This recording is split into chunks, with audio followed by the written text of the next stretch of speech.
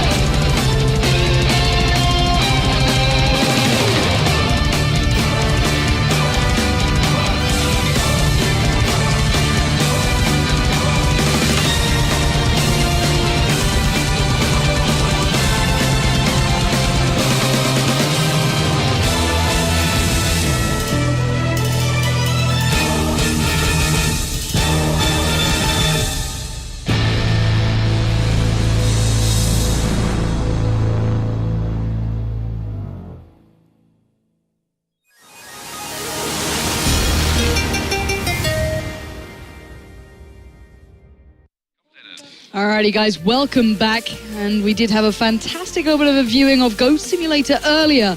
We need another game to spice things up after a bit of a run in CSGO. We saw the teams get a little weary, a little tired of all that FPS action, and why not flip the switch and get something very different? We've got Shovel Knight coming up now. I'm excited for this one. It truly is a throwback to the old 8-bit platformer days. Got a mix of Super Mario, a bit of Mega Man, the old Zeldas in there. It's gonna be great.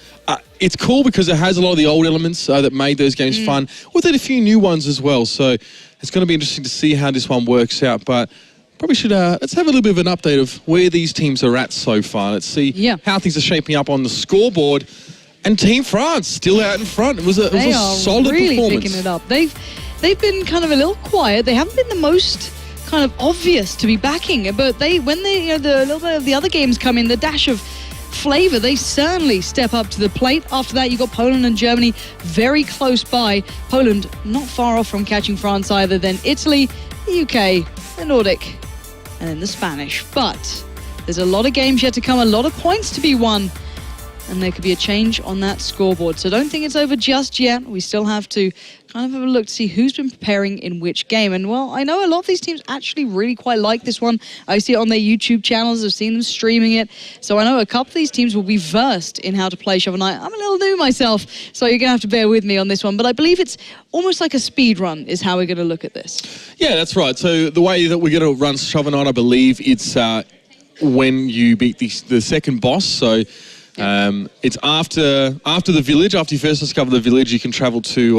the castle, the main castle, and the boss of that one is King Knight, is what his name is. I believe that's going to be the case, and it's all about being able to defeat him. So players will raise their hand after dealing the final blow to the boss, and they'll raise that so then admin can then clear you. That's how it's going to work. Then, of course, a lovely Kura Lily there on screen representing for Team Italia.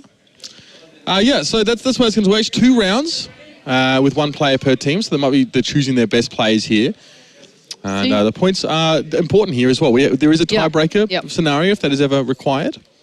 Yeah, and then it'll go to the in-game points, I believe, as the system to decipher who would be the victor there. Now, actually, Zoe gave me a little bit of a tip earlier about some of these teams. She was talking to some of the German guys about, how they're preparing for this and how they're, getting ready. You can see the rules there as we just talked through. Very simplistic, as we said, very similar to a speed run.